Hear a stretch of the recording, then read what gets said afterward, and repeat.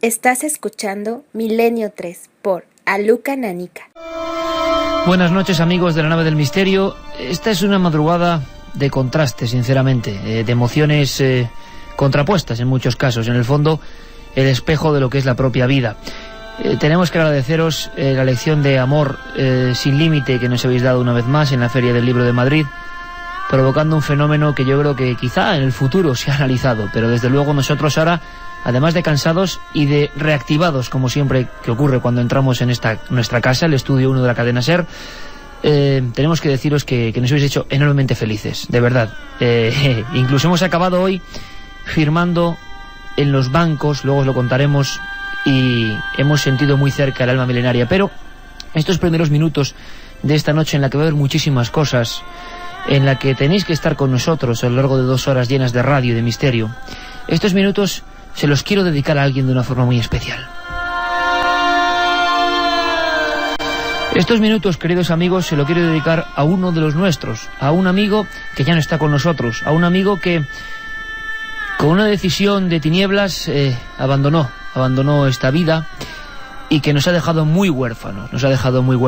Es nuestro querido amigo Miguel Ángel Prieto. Seguramente muchos amigos de Milenio lo recuerdan cuando vino aquí a hablarnos de Películas Malditas. Sin duda del mejor libro que se ha hecho en España sobre el cine oscuro, el cine maldito. Y caramba, qué tremendo desasosiego, qué disgusto, qué shock, cuando de alguna forma acababa su vida de la misma manera que algunos de los personajes de los que él también sabía escribir. El amigo Miguel Ángel Prieto, sin duda alguna, era ya un milenario, evidentemente, y hubiera sido una persona que hubiera hecho muchas cosas con nosotros. Estoy completamente convencido. Miguel Ángel había cumplido 35 años, tenía una novia maravillosa que se llama Alicia, una hermana que se llama Rosa y una familia que imagino que lo echa mucho de menos. Y le mandamos un fuerte abrazo a todos ellos, porque sabemos que tienen que tener un disgusto tremendo.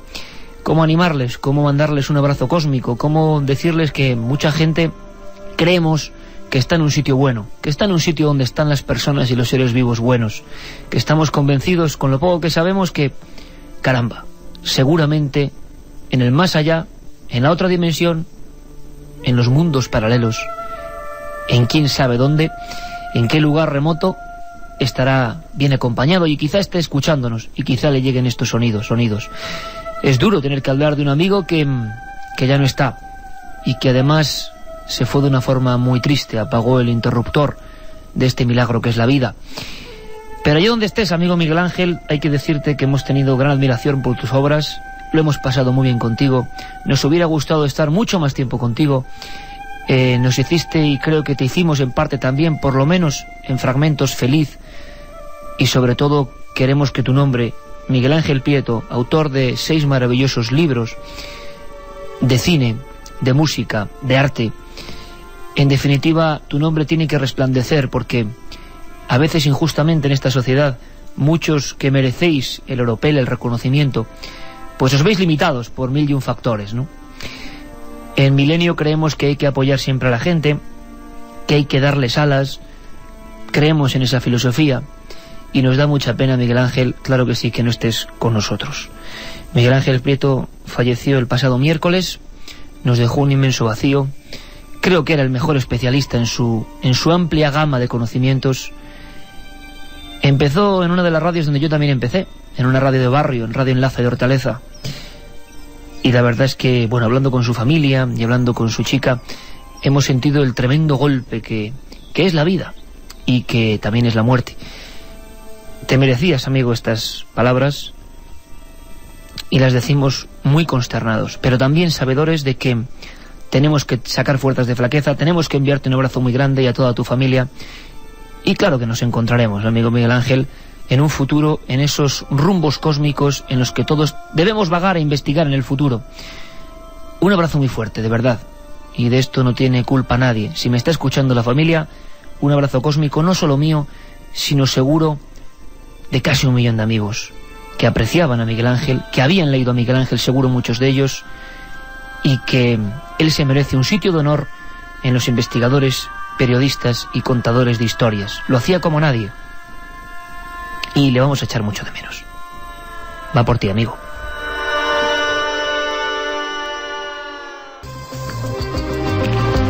Nuestro compañero en la nave, Noel Calero, que pone estas músicas también en honor y en homenaje a nuestro querido amigo.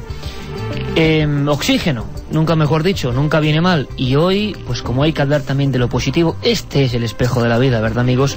Cuánta gente venía a vernos con problemas, con familiares que lo están pasando mal, y qué felices les hemos visto y qué amor nos han transmitido. Eso es importantísimo.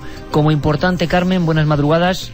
Buenas madrugadas, Iker. Un poco impresionante, ¿no?, lo que ha pasado con nuestro amigo. Y bueno, en fin, yo me emociono, yo soy así. ¿Qué le vamos a hacer? Sí, lo siento además, mucho, lo siento mucho. A Miguel Ángel tuvimos el gusto de conocerle, el compartir con él historias, el que nos firmara su libro cuando vino aquí, ¿verdad? Hay algunas otras personas que muchas veces nos consideran de su familia, pero por desgracia no llegamos a conocerlas. Hay personas anónimas que solo te enteras de su muerte cuando sus familiares, por ejemplo, sus dos hijas Marisol y Mónica Bueno Fernández, en este caso nos escribían y nos decía que era un fiel milenario, que era una persona que siempre nos oía y que todos los lunes le decían: ¿has oído? ¿Has visto a Iker? Y respondía que sí, y además comentaban todos los programas. También nos decían que querían rendirle su pequeño homenaje. Ese homenaje es compartido con vosotros con un relato corto, Iker, que además es muy bonito.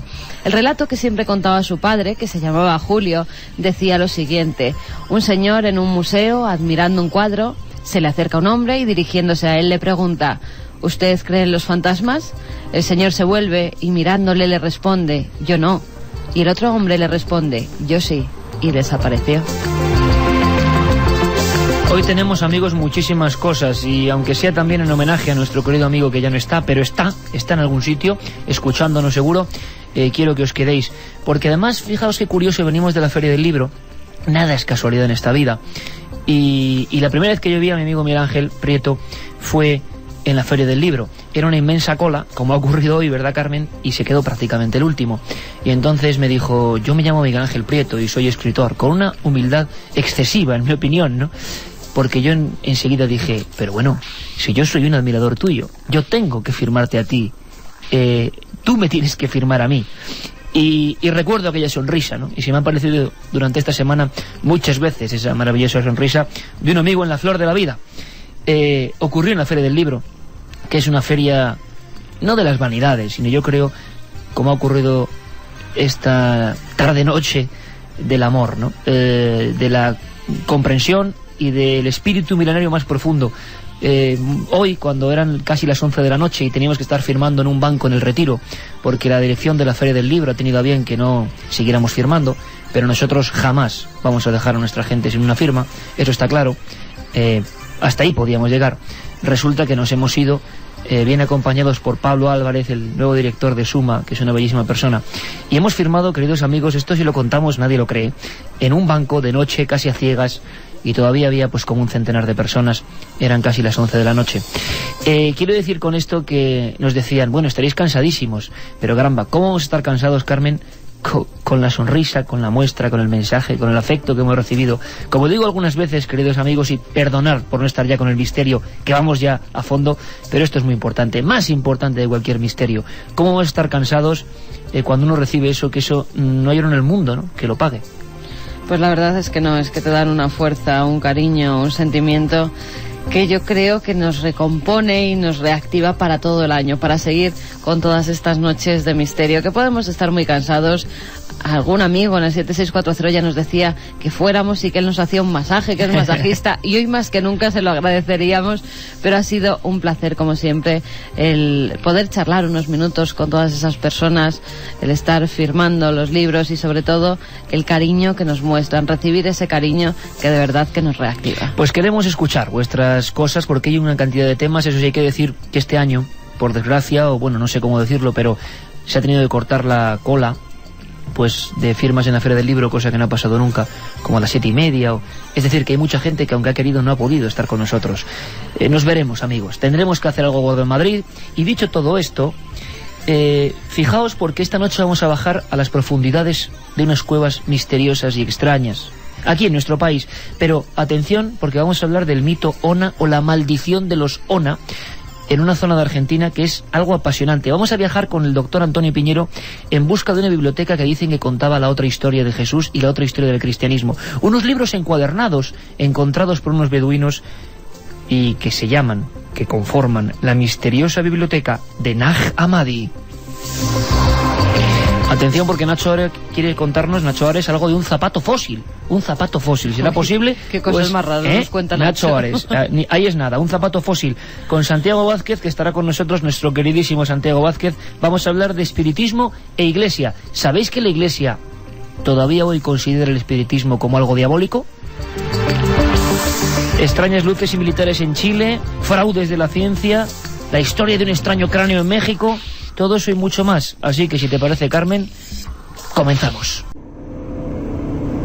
1:22. ¿Sabéis que tenemos un compañero que se llama Luis Álvarez y que tan pronto se embarca en un vuelo orbital en gravedad cero con la NASA, como desciende a las profundidades, por ejemplo, de la madre tierra, de la mina? Por cierto que, solo un detalle, amigos, solo un detalle y una recomendación de amigo. Mañana no os perdáis Cuarto Milenio. Tenemos una visita de esas inquietantes. Yo me estoy preparando. Mañana viene el plató. Nunca ha estado en España. Gabriel Amort, el exorcista de Roma, el exorcista del Vaticano. Habrá que preguntarle muchas cosas, ¿no? Si tenéis alguna pregunta, nos la transmitís, por cierto.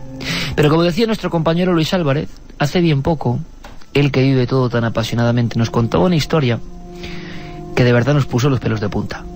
Ese espectro, ese fantasma, ese individuo, esa visión, ese aparecido que ascendía cansinamente, como con una respiración entrecortada, y al parecer la cabeza ligeramente separada del cuerpo.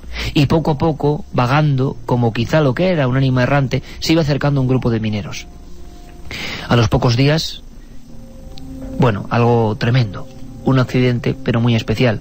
Especial sobre todo porque el ingeniero que fallecía tenía las mismas características, por lo menos, que dibujaron el retrato robot de esa aparición.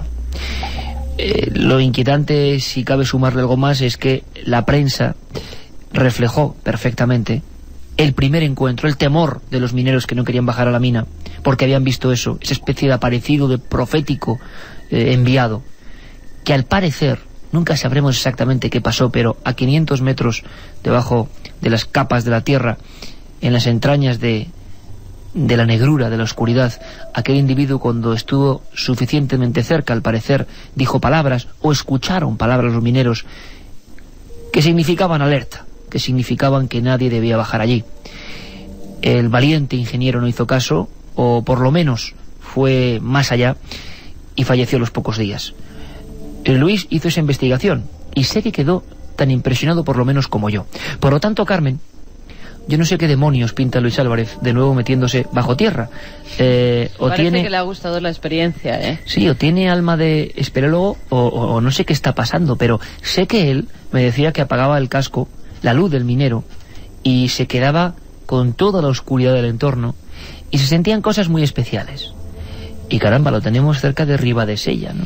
Yo a Luis le tengo mucha envidia, porque tan pronto está volando en gravedad cero, como se introduce en las profundidades de la Tierra. Además, menos mal que lleva el ojo de Cuarto Milenio, porque si no, tal vez los ojos de mucha gente no podrían ver lo que él ha visto esta misma tarde. Unas pinturas extrañísimas, unas cuevas muy extrañas y que no están abiertas al público. Una cosa muy importante, Carmen, es que hay libros como el de Juan García Atienza, Montes y Simas y Cuevas Sagradas en España.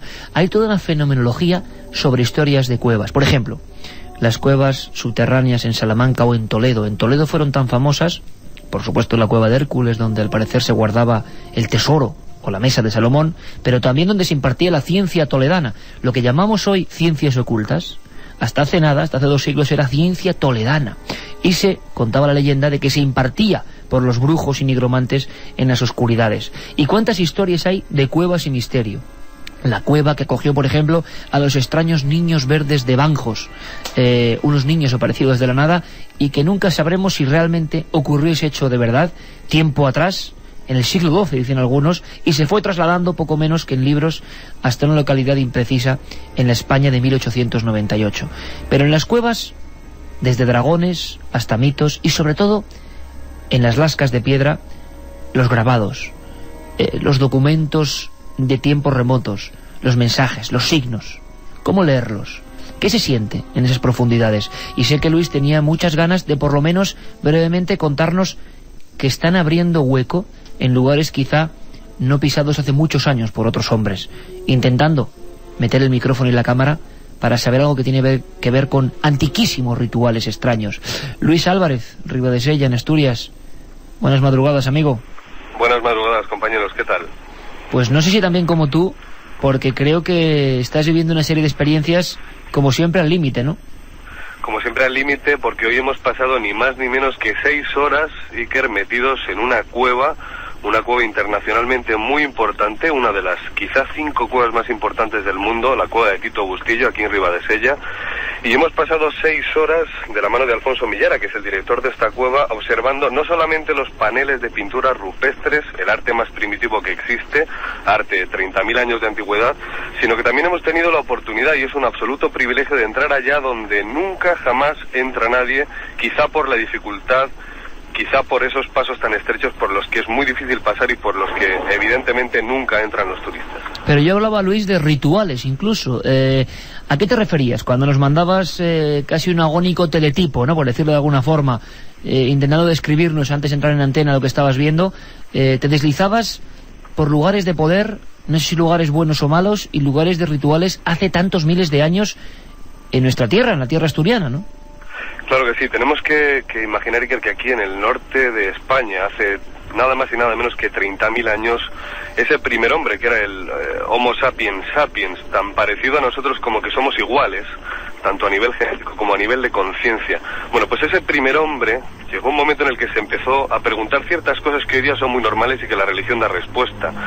Como es normal, en ese primer sistema de creencias se introdujeron en esas cuevas que ni más ni menos representaban lo que para ellos era quizá volver a la madre tierra, al útero primitivo, es decir, a ese símbolo materno al que todos siempre de alguna manera intentamos regresar. Como es de esperar, todo el mundo conoce que existe arte rupestre, todo el mundo conoce que hay un montón de pinturas relacionadas con bisontes, animales, caballos, algunos animales incluso extinguidos, como son los uros, una especie de toros. Oh, los uros, tremendos, ¿eh? Efectivamente, pero también el toro prehistórico, de alguna forma.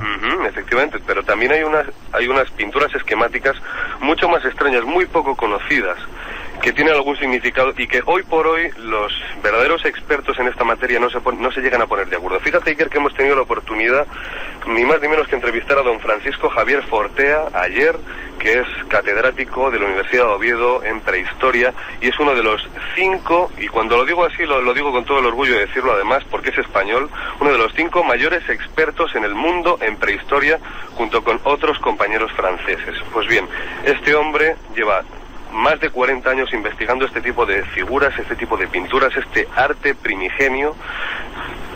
Y bueno, la verdad es que tampoco existen grandes respuestas, sin embargo hay muchas hipótesis. Pero, por ejemplo, lo que estamos hablando es de pinturas como lo que ocurría en las urdes de extraños dioses, de figuras que incluso pueden resultar pavorosas. Había formas vaginales o de vulvas reflejadas en algunos lugares donde ocurrían ciertos ritos de los que sabemos muy poco. ¿Todo eso lo has estado viendo? Pues sí, mira, y que además es que fíjate, es un grandísimo privilegio porque hemos tenido la oportunidad de arrastrarnos literalmente por lugares por donde nos hemos manchado con costras de tintes, con los mismos tintes que dejaron allá hace 30.000 años nuestros antepasados. Y que cuando digo que nos hemos manchado es que nos hemos manchado, hemos tenido la oportunidad de tocar esos trozos quizá de pintura, de costras de pintura con los que pues hace 30.000 años se plasmaban en pared.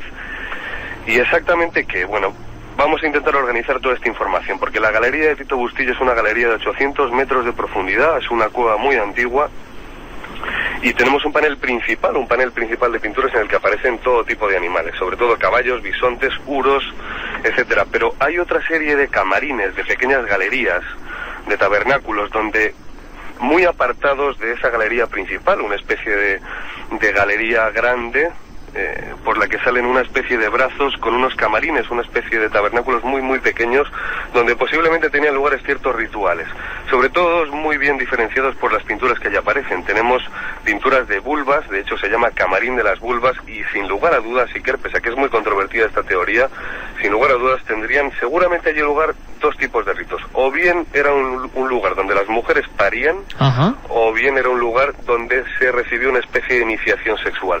Porque tenemos una serie de figuras, una serie de pinturas en las que aparecen vulvas, aparecen órganos sexuales femeninos.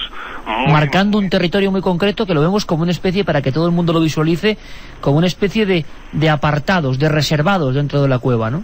Efectivamente, son como pequeñas burbujas. De hecho, no es casualidad que estén ahí, es que cuando lo hemos visto nos hemos dado cuenta, Iker, de que había que tener conciencia absoluta de que querías ir a parar a ese lugar, porque tienes que apartarte mucho, subir, andar por tubos angostos, por galerías que incluso a veces despiertan la claustrofobia, ¿no? Ese miedo que todos tenemos a quedarnos atrapados en una estrechez. Pues bien, estos hombres, estos hermanos antiguos de hace 30.000 años, iban hasta allí a realizar algún tipo de ritual extraño, pero sin ir más lejos, a unos cuantos metros de este camarín de las vulvas, hemos podido encontrar otro camarín, que es el camarín de los chamanes, el camarín de los brujos, donde también hemos podido encontrar una especie de rito, una especie de culto, Iker, a unas figuras dibujadas en una pared, en una estalagmita que caía desde el techo, en el que está figurado, fíjate, Iker, por una parte una figura femenina. Ajá. Y por el otro lado una figura masculina con una piel de animal. Lo digo así porque podría ser perfectamente una especie como de oso erguido con las dos patas, y que tenía como una especie de cuernos con pelo, etcétera. Es decir, o sea, como un brujo disfrazado de animal extraño. Así. Es como si se hubieran puesto una especie de piel de animal, que es muy típico. Bueno, me lo estabas contando ahora, Luis, y se me está viendo la imagen en la mente, que yo lo he vivido, y Carmen también, de las antiguas ceremonias urdanas y fronterizas con las sierras de Béjar, donde el viejo pastor se pone encima una capa de macho cabrío con sus cuernos, con su cara, y se convierte en el macho lano, prácticamente. Efectivamente, y es que no tenemos que olvidar, Iker, que al final este tipo de símbolos son universales. ¿Por qué lo digo? Porque ahora mismo nos están escuchando muchas personas del continente americano. Ellos también tienen sus propios símbolos, claro.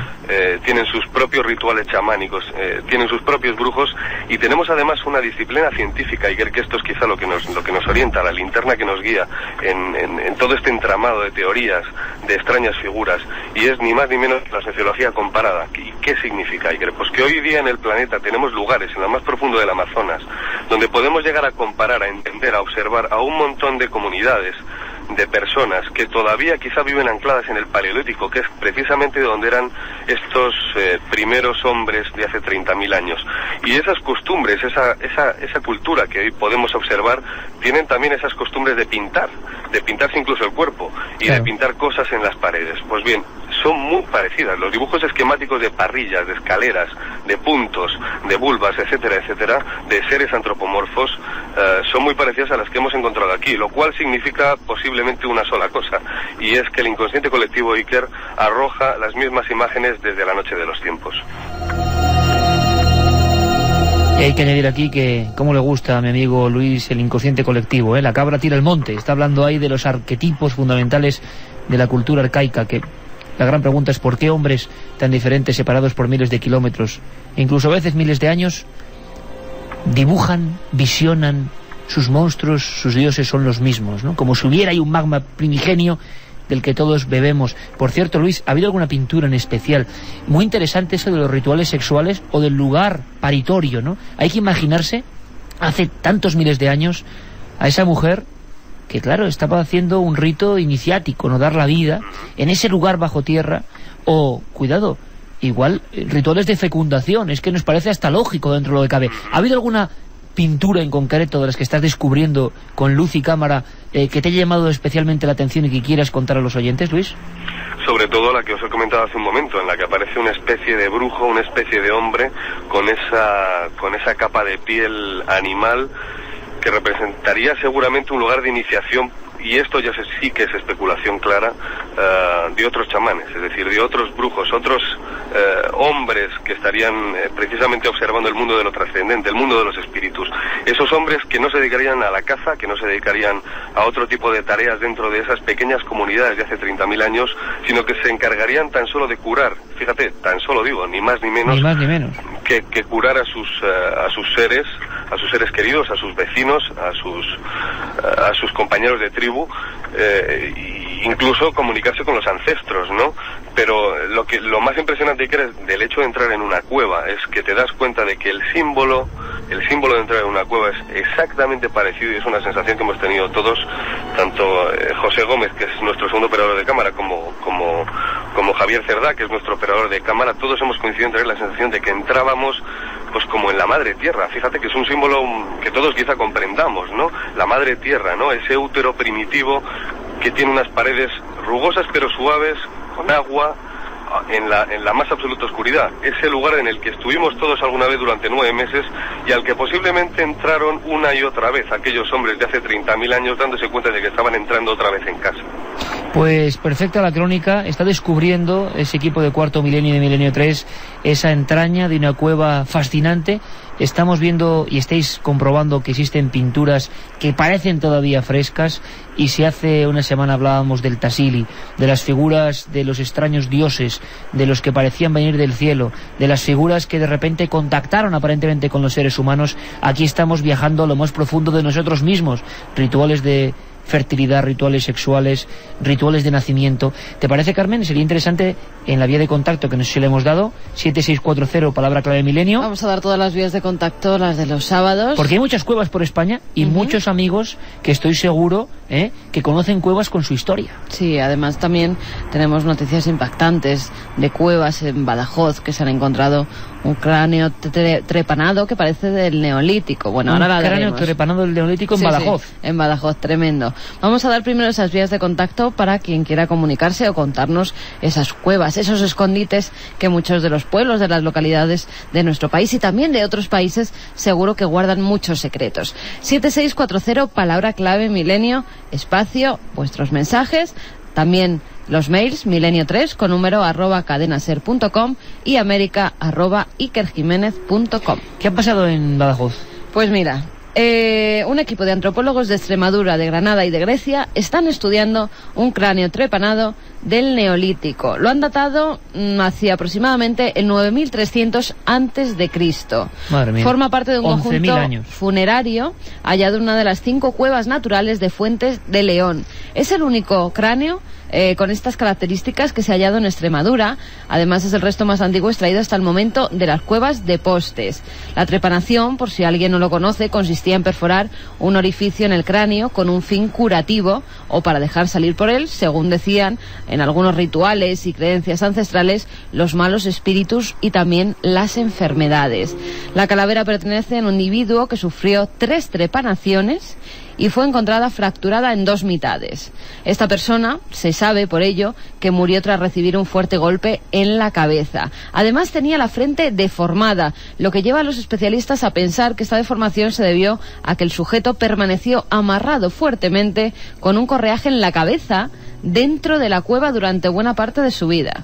Fíjate, como si el resto de la comunidad creyera que estaba poseído por algún espíritu o temiera que supusiera alguna amenaza para ellos. Eso explicaría esas 3 trepanaciones en su cráneo y el que finalmente el sujeto pues muriera de ese fuerte golpe en la cabeza. Ha habido historias de cráneos, una de ellas es tan breve, me voy a saltar todo, digamos, el orden que tenemos supuesto, porque luego siempre lo cambiamos, Noel Calero lo sabe bien, nuestro compañero, porque hablando de cráneos, hablando de cuevas, un cráneo con un agujero en la cabeza, a veces un cráneo con otros pequeños símbolos, ya que estamos hablando de elementos simbólicos, nos puede dar otra sensación completamente distinta. Fijaos, en este mismo instante vamos a conectar con México, porque Fernando Bedoy llamaba a la puerta informativa de Milenio 3 diciendo que había otro cráneo. Y fijaos el símil, ¿no? Repentino y rápido. Luis decía que en América también pasaban algunas cosas. Tiene un talante distinto, pero fijaos cómo la noticia de un cráneo puede también ser espantosa. El único testigo, la única pieza, la clave de esta historia que vais a escuchar ahora es un cráneo. Pero ya veréis qué tintes más especiales. Fernando Bedoy, México. Eran las 11:30 de la mañana, cuando el silencio que habitualmente reina en el basurero de Ucú, a la orilla de la carretera que lleva a la comunidad de Unucmá, en el estado de Yucatán, fue roto por el grito del encargado, al descubrir un cráneo y otro hueso humano dentro de una bolsa. Fidel Candelario Aldana Díaz relató que al momento en que recogía la basura que dejan a la entrada, agarró una bolsa de plástico que al levantarla se rompió y para su sorpresa descubrió la osamenta y gritó tan fuerte que lo escucharon a varios metros a la redonda. De seguro hay algo en la basura.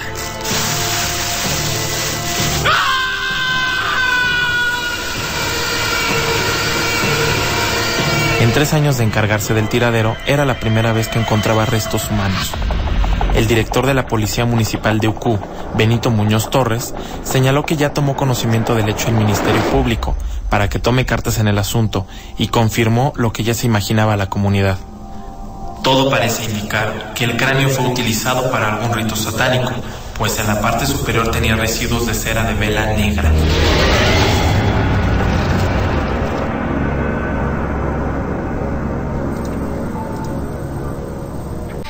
Claro, un cráneo, nos contaba nuestro amigo Fernando, en un inmenso basurero de México.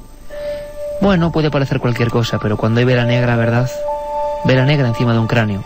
O un agujero trepanado como el túnel del tiempo, hace 11.000 años, de un hombre que creían que estaba poseído y que dormitaba, o quién sabe si se lamentaba dentro de una cueva. ¿Cuántas cosas pueden pasar dentro de una cueva? Y allí está indagando nuestro querido amigo Luis Álvarez, buscando enigmas del más remoto pasado, que en el fondo también, como decía algún sabio, son los enigmas del futuro. Luis Álvarez, compañero, que buena caza de imágenes, buena caza de sensaciones, y seguiremos estremeciéndonos con eso que parece tan cotidiano, que es penetrar en las fauces y en el regazo de la madre tierra. Un fuerte abrazo, compañero. Fuerte abrazo, Iker, y seguiremos investigando en esta historia que nos enfrenta quizá con esos tiempos del despertar de la conciencia que todavía aún no ha terminado, ese momento en el que empezamos a preguntarnos qué hacíamos aquí, quiénes éramos, si existía Dios y a dónde iríamos a parar. Como vemos, 30.000 años después todavía seguimos preguntándonoslo. Claro que sí, Buenas Luis. noches. Si a veces me preguntan por qué gustan los misterios, respondería con lo que tú has dicho ahora mismo, porque las grandes preguntas, pese a quien pese, todavía están ahí. Un fuerte abrazo, compañero. Un fuerte abrazo, compañeros. Un Buenas beso, noches. cuidaos. Es que fíjate que casi... Ahora vamos con 7640, Carmen, con un montón de historias, pero por favor, escuchar... Muchas cuevas con misterio, Muchas cuevas. Nos está llegando. ¿Te acuerdas que hace 3 semanas hablábamos con Santi de espiritismo? Sí. ¿Cuántas preguntas? Uf, muchísimas. ¿Cuántas Como siempre preguntas? que se pasa por aquí Santiago Vázquez. El gran amigo. Hay muchísimas preguntas. El discípulo de don Germán de Argumosa, diría yo, Nuestro querido Santiago Vázquez. Que caramba, Santi, caramba.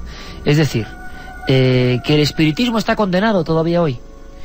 Que los espiritistas tienen también, o creen, o qué piensan del infierno.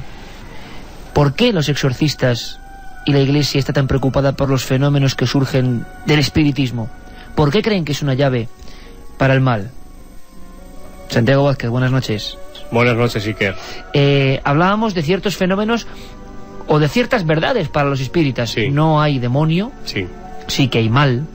Los espíritus siempre evolucionan, sobre todo, como resumen, el hombre es un ser trascendente, y creen en la reencarnación y sobre todo en una especie de conducta muy parecida a esa famosa ley del karma. Sí. Por desgracia parece que purgamos defectos anteriores, que eso también puede sonar un poco injusto. Sí. Había más cosas de contar de los espiritistas y su doctrina que seguro que van a sorprender a la audiencia del siglo XXI.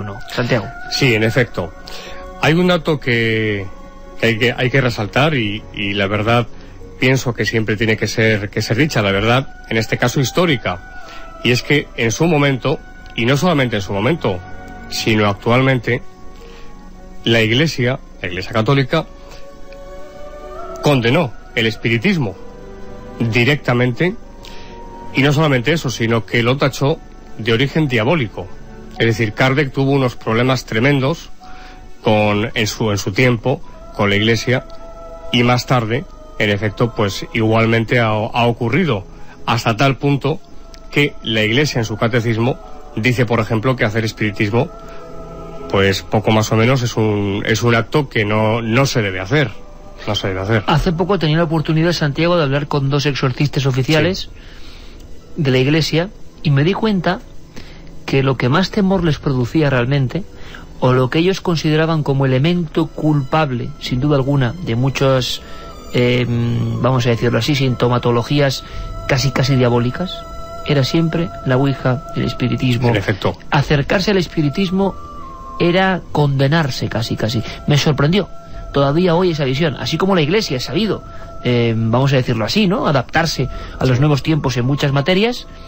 caramba, el espiritismo parece que está ahí todavía siendo una piedra de toque muy negra para ellos. Claro, porque, hablamos de espiritismo, en este caso, en un sentido literal, como práctica. Es cierto perfectamente lo que estás comentando, como no.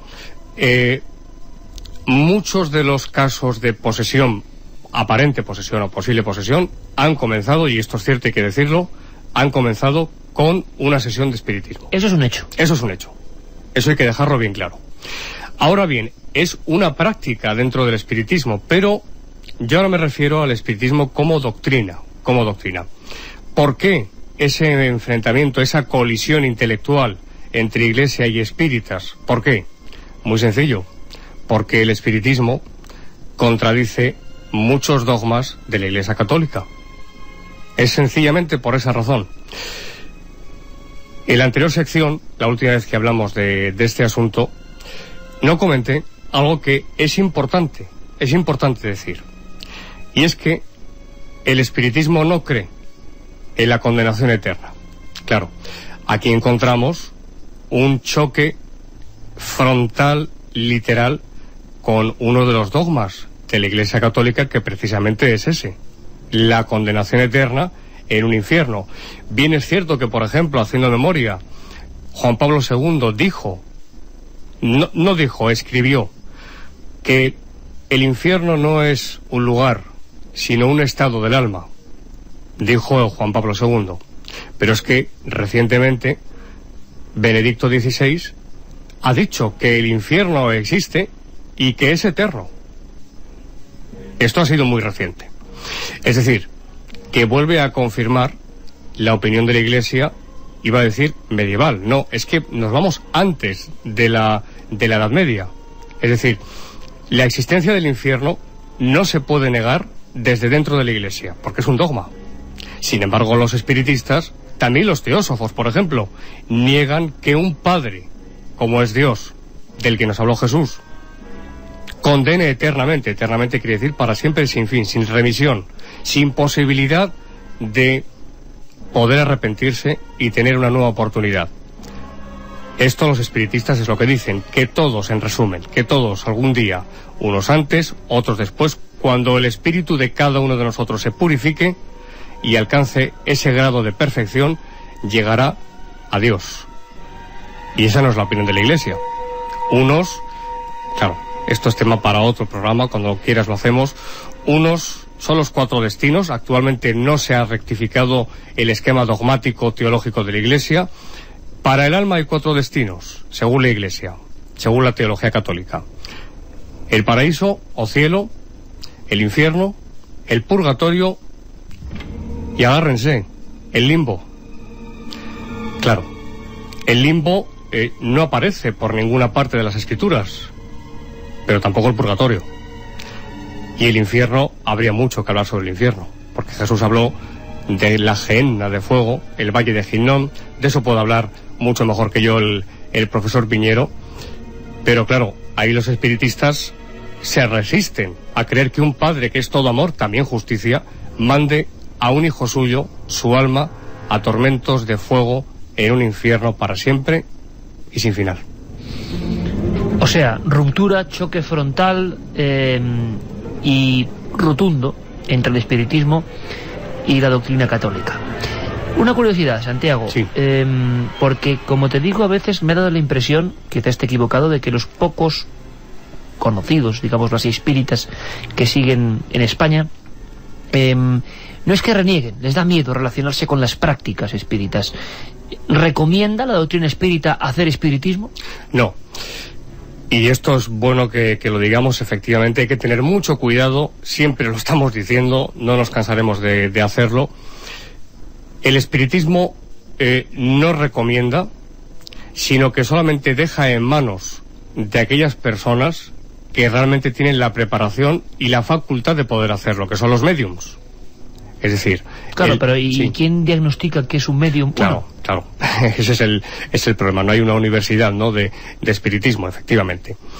Pero se puede decir que a través de la experimentación se puede saber si un medium tiene la preparación adecuada y las facultades para hacerlo.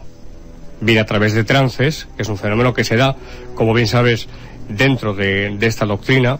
Mencionabas la escritura automática, la masografía o ouija o espiritismo en el sentido práctico. Fíjate, es una práctica menor dentro de la doctrina espírita. No le dan prácticamente ninguna importancia porque, este es otro dato muy interesante a comentar, se da con muchísima frecuencia la mentira. Comentaba el profesor, no solamente Argumose, sino muchos otros parapsicólogos, que dentro de este mundo paranormal la mentira se da con muchísima frecuencia. Esas comunicaciones supuestas con un hipotético más allá, hay que tener una cautela tremenda a la hora de aceptar esas comunicaciones porque se miente y quiere enormemente. Hay que tener muchísimo cuidado. O sea que puede darse el caso, Santiago, de un espiritista convencido que no haga espiritismo. Por supuesto, y los hay. Es decir, el espiritista, vamos a decir, más, sí, voy a emplear ese término, más auténtico, se fija mucho menos en los fenómenos y va más al centro, al corazón de lo que es la doctrina y a la puesta en práctica de la doctrina espírita, porque es una parte del espiritismo los fenómenos. Pero no olvidemos que es la caridad, como ellos dicen, el amor, igual que predicó Jesús o Buda, la compasión. En definitiva, casi es lo mismo, amor que compasión, es lo que un verdadero espiritista va a practicar. Las enseñanzas que han dado, en su opinión, los espíritus, diciendo que hay que practicar el bien, que hay que purificar el alma, que hay que limpiarnos de todas las imperfecciones, alcanzar las virtudes y desechar los defectos y los pecados. Eso es lo que dice básicamente la doctrina espiritista. Santiago, y los fenómenos a los que ya estamos acostumbrados, que siempre hemos revisado desde el punto de vista de la parapsicología, sí, termogénesis, bajadas de temperaturas, sí, movimiento de objetos, incluso, ¿por qué no?, parafonías, bueno, todo este rosario de fenómenos, sí, ¿los interpreta de alguna forma la doctrina espírita? Sí. Todos estos fenómenos que acabas de mencionar, otros que lógicamente por tiempo no podemos mencionar todos, los espiritistas afirman, voy a decir casi todos, porque también hay fenómenos que pueden tener una explicación no puramente trascendental, pero sí que afirman, no digo ya los actuales, sino Kardec en sus libros, que son producidos por los espíritus. Esto es lo que dice el espiritismo. Cuando una persona entra en trance, por ejemplo, un medium entra en trance, para un espiritista preparado, ojo, con preparación, con años de experiencia, si realmente se descarta que esa persona esté simulando, por ejemplo, ese medium que esté haciendo una simulación, lo aceptan como una manifestación del más allá. Ojo, lo que quiero decir también es que no creen todo lo que ocurre. Los espiritistas de ley, digámoslo así, también son muy prudentes y emplean mucho el discernimiento. Saber si, por ejemplo, en este caso que he mencionado, un trance, la persona está manifestando un contenido inconsciente o si realmente puede ser que un espíritu esté hablando a través de esa persona. ¿Y por qué los espíritus son los causantes, Santiago, harían en nuestro entorno más cercano esos fenómenos? Para manifestarse, Sí, ¿por qué? ¿Por qué vuelven? Sí, es muy interesante esta pregunta. En efecto, principalmente por varias razones, por varias. Una de ellas sería la principal, posiblemente, es hacernos ver que hay una dimensión que no vemos, pero que existe, que coloquialmente la conocemos como el más allá. Es decir, llamar la atención de los vivos, de los que estamos aquí en la Tierra, para que, porque claro, el trasfondo, ya lo he dicho antes, es un trasfondo ético y moral, para que a través de los fenómenos la persona cambie el comportamiento. Es decir, hay una serie de fenómenos, la persona reflexiona, llega a la conclusión de que existe una dimensión, un más allá, y por lo tanto llega a la conclusión de que hay que mejorar como persona. Básicamente es eso. Que no es poco. Que no es poco, que es mucho, en efecto. Santiago, a mí me da la sensación de que, como decíamos en esta primera intervención tuya sobre el asunto del espiritismo, que nos íbamos a meter en una dimensión diferente, distinta, y vamos Sí. a abrir la caja de Pandora, surgen aquí un sinfín de posibilidades. Me da la impresión de que más que centrarnos en la propia fenomenología, como hacemos otras muchas veces, si estamos yendo al meollo de una cosa que sé que te apasiona, además por tu afinidad con Sí. Germán de Argumosa, Sí. que es la filosofía que en el fondo se Exactamente. esconde en la parapsicología Exactamente. y de la que muy pocas veces se habla. Y que es muy importante. Claro, el escaparate del fenómeno está muy bien, Claro. pero ¿qué implica Exactamente. para el hombre todo eso? Creo que hay que seguir hablando de eso, Santiago. Pues cuando quieras, siquiera tu entera disposición, y ya sabes que siempre es un placer tenerte pues aquí tan cerca. Igualmente, Estar Santiago. estar contigo. En las próximas semanas intervenciones, ya saben, no solo fenomenología, que interesa, que está muy bien y que hay que conocerla, sino, caramba, ¿qué significa todo esto realmente? Claro, claro. ¿Cómo lo interpreta el ser humano? Y tu última frase estaba muy bien, en el fondo de esa filosofía. Si sirve para mejorar, Claro, quizá le vayamos claro. quitando un poco de mala prensa. Exactamente, así es. Como decía el profesor Germán Argumosa, él decía, ¿no? Filosofía de la parabiofísica. Exactamente, filosofía. Es que es lo más interesante, porque es cuando se llega a conclusiones.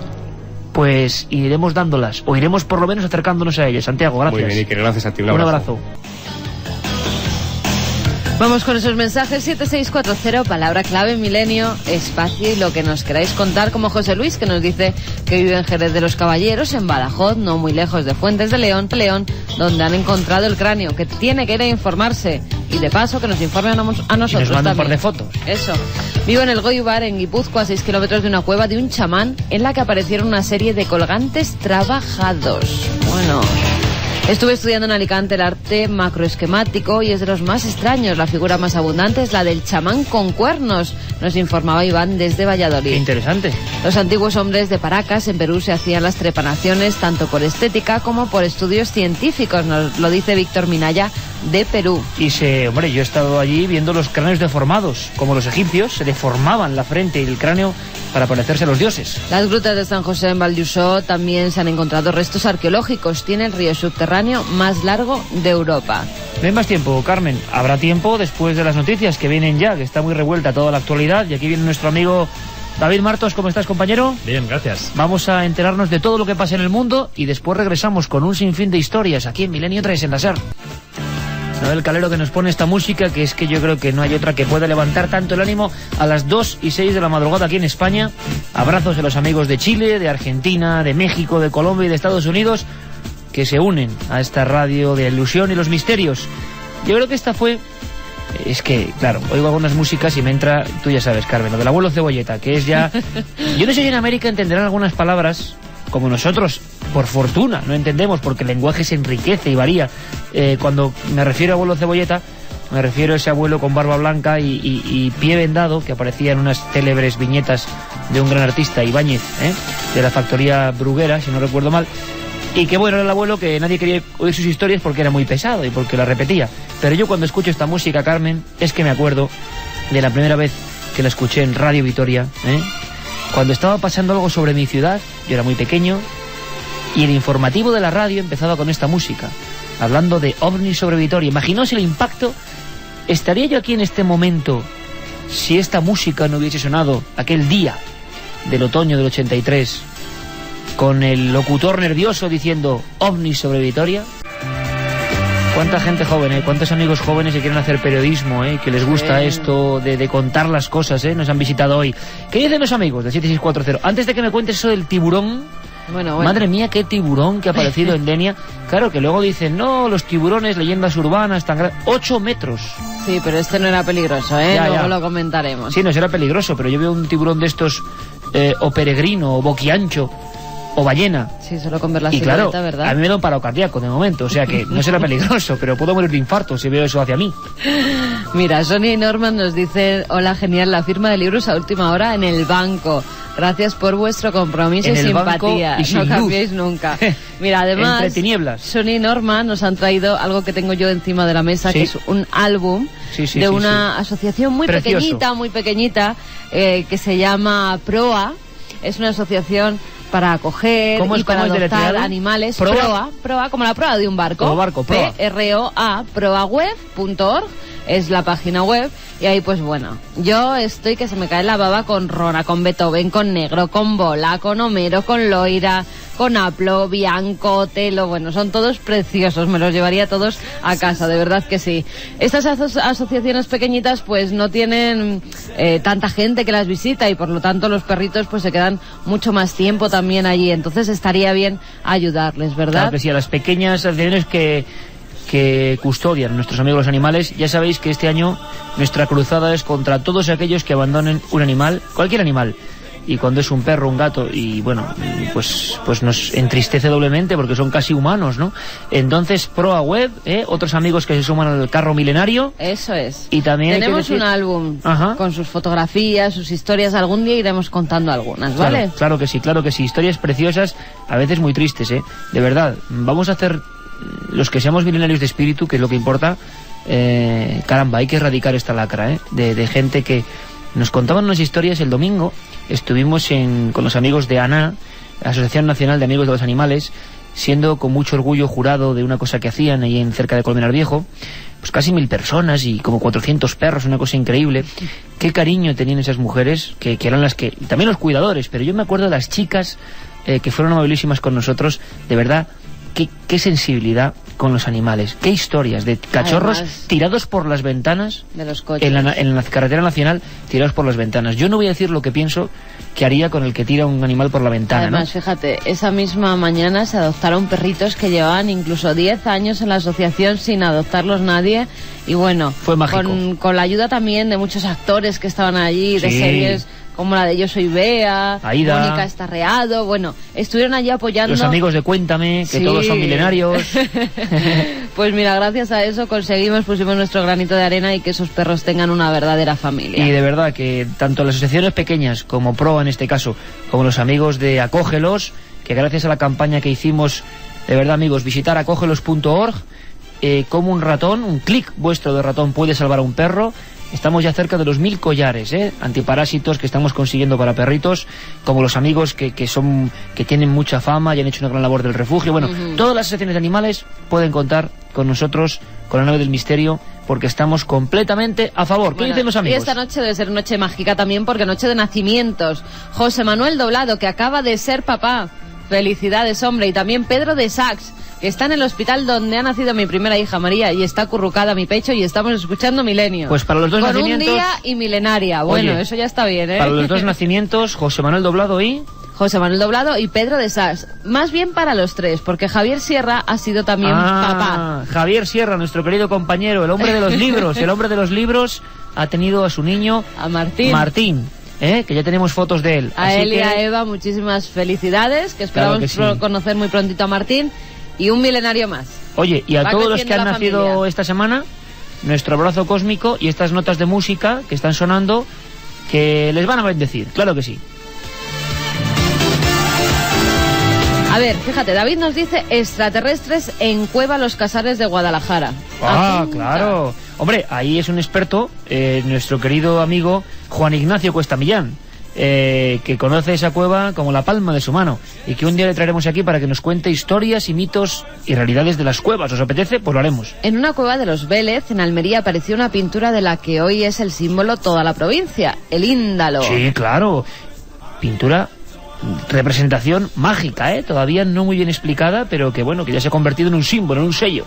Aquí en Salamanca tenemos la famosa cueva de la iglesia de San Ciprián, donde el diablo enseñaba las ciencias ocultas a los estudiantes durante 7 años. Oh, qué bonita historia, ¿no? Ciudad, además, estudiantil por antonomasia, ¿no? Salamanca.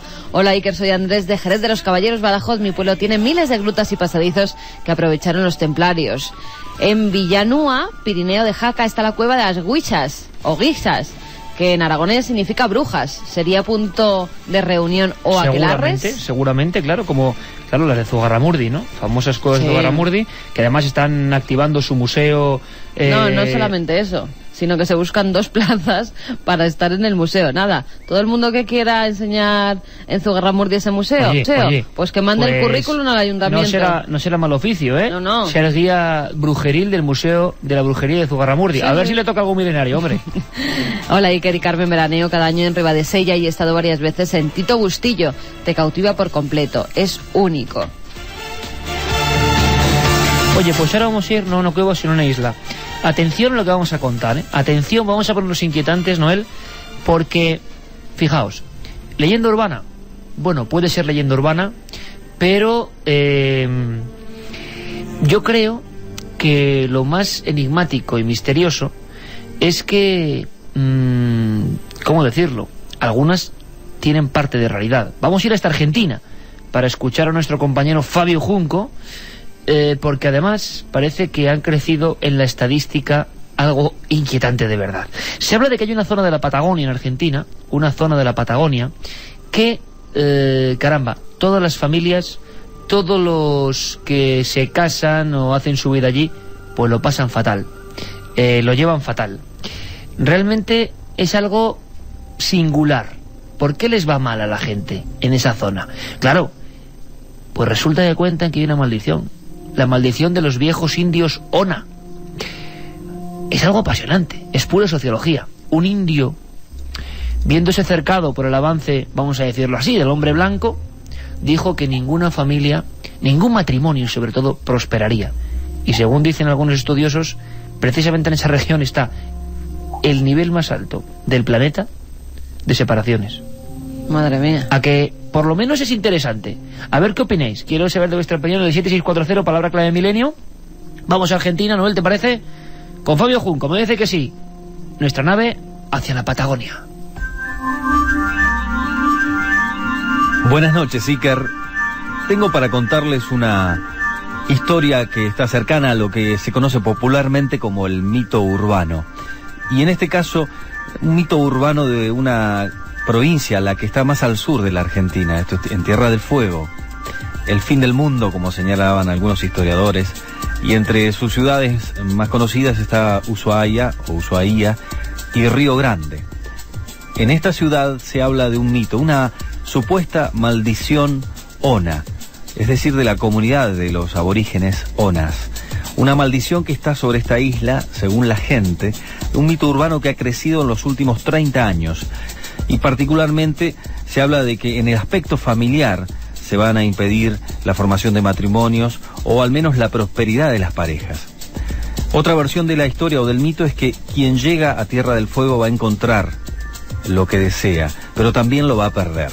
Y es curioso cómo ahora los medios están tomando repercusión de esto, porque en las familias que están allí se habla justamente del deterioro familiar de quienes viven en Tierra del Fuego, y se está hablando de una cifra que ya eso es real. El 70% de las personas que viven en Tierra del Fuego está separada. Hablamos de una comunidad, por ejemplo, de 70.000 habitantes, cuando hace solo 20 años no había más de 3.000. Vamos a hablar con Romina Gaona, una periodista de uno de los diarios de Tierra del Fuego, que se está ocupando de este tema y está investigando para su tesis doctoral justamente cómo este mito ha tomado tanta fuerza por estas horas. La maldición de Ona es desde un indio hacia la población blanca que iba a llegar. Es lo que dice la gente. Le atribuyen a Ona la maldición de que la gente que va a venir acá no va a ser feliz. Romina Gaona es periodista del diario El Sureño, en Río Grande, Tierra del Fuego, ocupándose de este mito que se escucha en el taxista, en el remisero, en el obrero de distintas fábricas, y que parece ser tiene una conexión con la realidad, con datos de la realidad. Puntualmente del deterioro familiar, de la infelicidad, digamos, espiritual que tiene una persona que llega a la isla, específicamente de eso. Sin embargo, también consultamos a Rubén Maldonado, que es presidente de la comunidad Selknam, un desprendimiento de los antiguos Onas. Para él, la palabra maldecir jamás estuvo en el vocabulario de la comunidad Selknam, como tampoco otras palabras dice que introdujo el blanco. Y obviamente se manifiesta dolorido por este mito que ahora inunda a quienes habitan en Tierra del Fuego. Los 70.000 habitantes de Río Grande, en Tierra del Fuego, sostienen que casi el 75% de las personas ya está separada, y no dejan de vincular esto con el mito de la maldición del aborigen Ona. Habrá que ver, dicen los estudiosos, dentro de solo 10 años, qué sucede con esta creencia, mito o discurso popular. Hasta la próxima semana, Iker. Bueno, hay ocasiones en las que hay que decir que disfrutamos enormemente porque los misterios y enigmas del cristianismo se convierten en lecciones de historia, que también es lo que son, y que utilizamos todos los resortes de la radio, todas las sensaciones que procura este medio, para que tantos amigos, sobre todo siempre pienso, Antonio, en los muy jóvenes. Buenas noches, ¿cómo estás? Hola, buenas noches. Yo bien, ¿y tú? Yo perfecto, y deseoso de escucharte contar cosas. Yo recuerdo que me interesó muchísimo, y también se publicó bastante, sobre unos documentos que también, como decían los rollos del Mar Muerto, iban a dar un giro, un vuelco a la historia. Los documentos de Nag Hammadi. Yo no sé, Antonio, si podemos hacer, si te parece, un viaje a ese lugar, si ahí está el cúmulo, lo más denso, la biblioteca apócrifa más importante, la que realmente nos habla de ese Jesús desconocido. ¿Por qué son tan importantes? ¿Por qué dedicaste años, ¿no?, a hacer esa compilación imprescindible para que en español conociésemos de verdad esos textos? ¿Iniciamos el viaje? Venga, vamos a hacerlo. Bueno, pues el viaje empieza hace 16 siglos, más o menos, que fue cuando... No sabemos, y esta vez no sabemos exactamente por qué, porque el siglo IV en Egipto fue un siglo rico.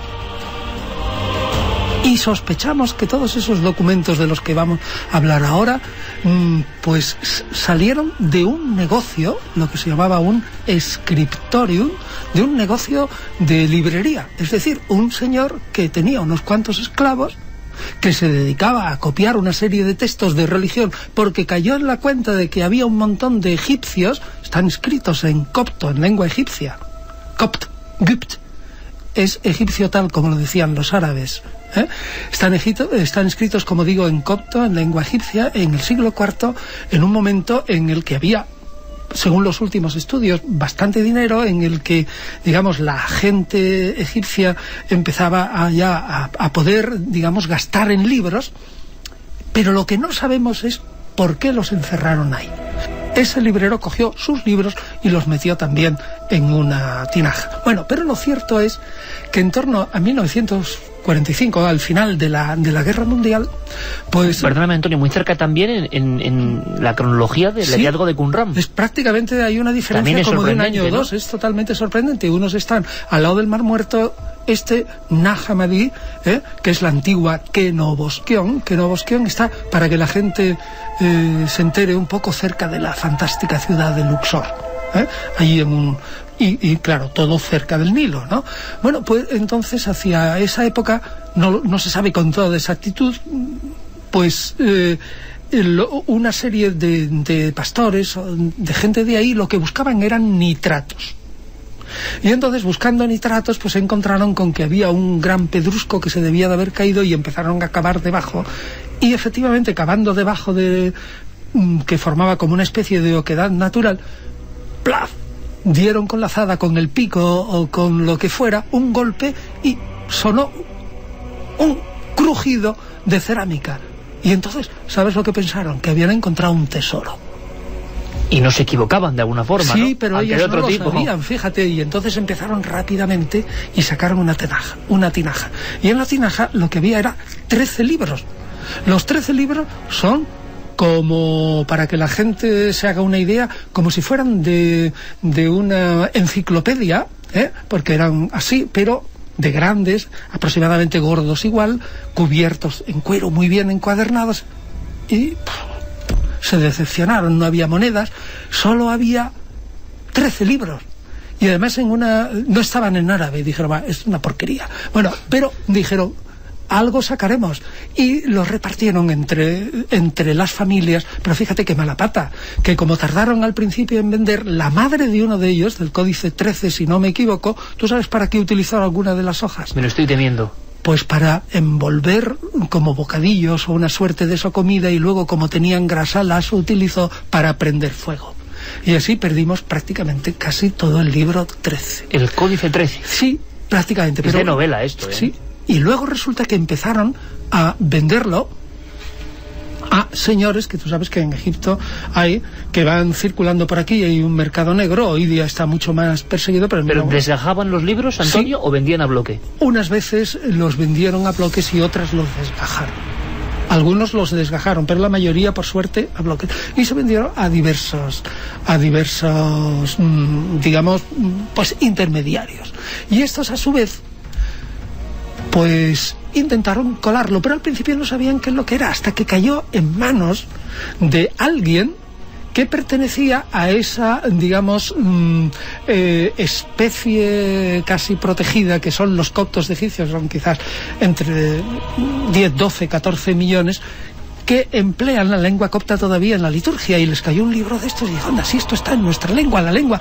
Y claro, ahí ya saltó la liebre y ya empezaron a pedir más. Uno, pues por ejemplo, lo compra el famoso psiquiatra Jung. El Codex, uno se llama Codex Jung. De eso no me acordaba yo, es verdad. Un hombre además muy interesado en todo lo que era el misterio y en todos los misterios, fascinante, ¿eh? Claro.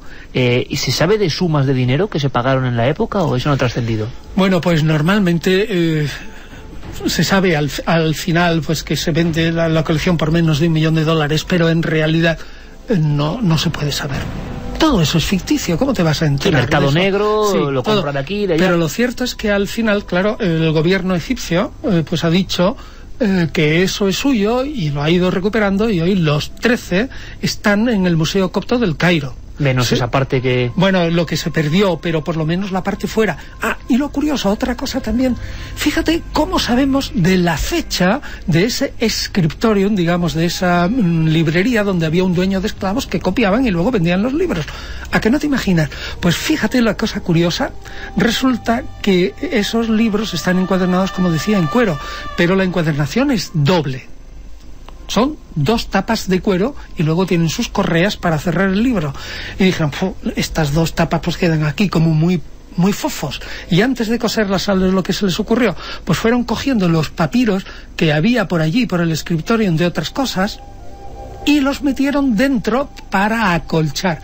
Y resulta que algunos están fechados en el 320, 340, pues por ejemplo, una resma de papiros que compró aquel señor, y ahora resulta que nosotros, descifrando esos pergaminitos o esos papiros pequeñitos, ¿no? Pues podemos saber cuándo se copiaron. Es como si hoy encontramos un libro antiguo, sí, miramos en las cubiertas y estuvieran forradas pues con el periódico del año 53. Lo mismo. Y lo vemos, ¿no? Estupenda comparación, exactamente eso. Y dice, pues mira, esto se encuadernó en el año 1953. Lo único que pasa es que no sabes cuándo lo escribió el autor, y si es una traducción no sabes cuándo se tradujo, y esto es lo que pasa con estos libros de Nag Hammadi, que nosotros sabemos que hacia el 320, 340 estaban a la venta.